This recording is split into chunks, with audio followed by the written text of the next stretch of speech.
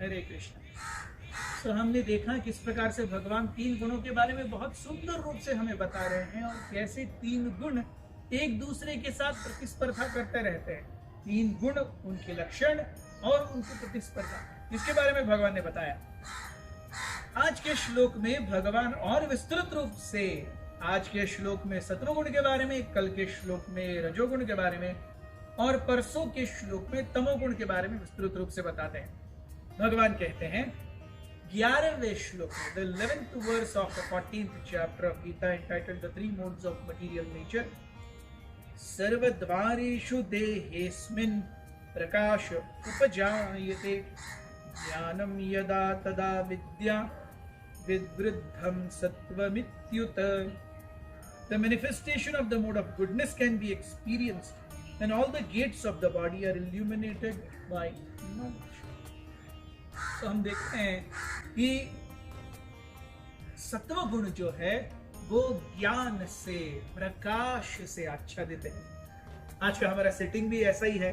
आप हरियाली देख रहे हैं, आप इस तरफ पत्थर की दीवार बहुत पहले की, we are in Parvati, a very very beautiful place in Pune, a go out point। Shrimad Bajirao Peshwa, Nana Saheb Peshwa, अगर आप में से कोई हिस्ट्री के बहुत ज्यादा जानकार हैं या इच्छुक हैं, सो पेशवाओं ने इस पर्वती का निर्माण किया। पूरे पूना शहर की नींव भी उन्होंने ही रखी और इस पर्वती पर बहुत सुंदर मंदिर है। विठल रखुमाई का है, विष्णु जी का है, बहुत सुंदर सुंदर मंदिर हैं। ऊपर भगवान शिव का है। तो ऐसी जगहों पर आकर के हम जब हिस्ट्री के साथ में, इतिहास के साथ में, जिन लोगों ने उस हिस्ट्री को बनाया उनके सानिध्य में, उनके we feel their presence because what we see Pune was established by the Peshwas. They were the Janaks of Pune. उससे पहले यहाँ से 30 किलोमीटर दूर एक जगह है Saswad. Saswad was a very very prominent city back 300 years back. Poona एक कस्बा था, एक छोटी सी जगह जिसको पूरे रूप से आधार दिया पेशवाओं ने।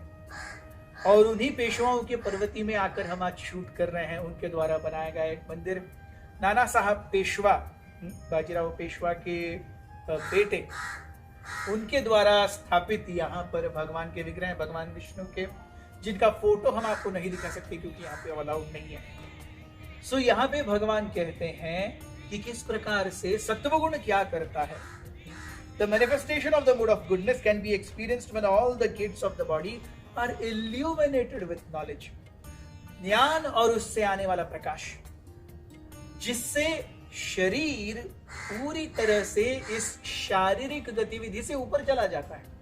हम देखते हैं इस शरीर में 9 द्वार हैं, 1 2 3 4 5 6 7 8 और 9। इन 9 द्वारों में से केवल एक ही द्वार है जो कुछ अच्छी चीज निकाल सकता है और वो है मुंह, जहां से वार्तालाप हो सकता है। जब यहां से उल्टी भी आती है तो वो अच्छी नहीं है।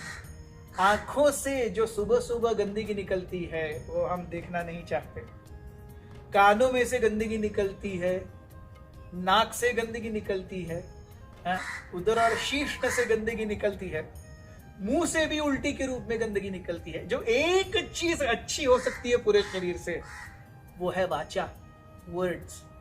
अगर हम उसे भी गंदा कर दें तो भगवान ने जो हमें ये सुंदर उपहार दिया है उसका क्या उपयोग रहा भला।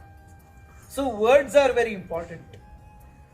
Words can make, words can mar. इसीलिए जो कुछ भी हमें कहना है भगवान के बारे में कहें, भगवान के नाम का जप करें, भगवान की कथा कीर्तन में अपने मन को रमाएं। इससे ज्यादा इस जिह्वा का क्या उपयोग हो सकता है।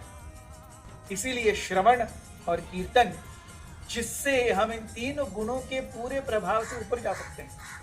सो जब हम इन पूरे 9 द्वारों के पुल्लिंग्स से, eyes want to see a beautiful form, ears want to hear one's own praise, the tongue wants to taste very nice objects, the genitals want enjoyment, So in all these ways, everybody wants to enjoy with every possible way.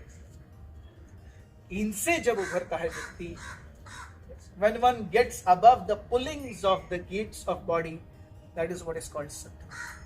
And staying in a beautiful place enhances the feeling of that sati. Thank you very much.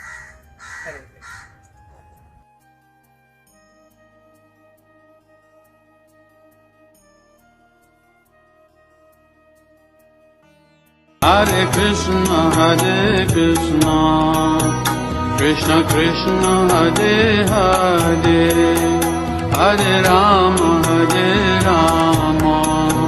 Rama Rama, Hare Hare.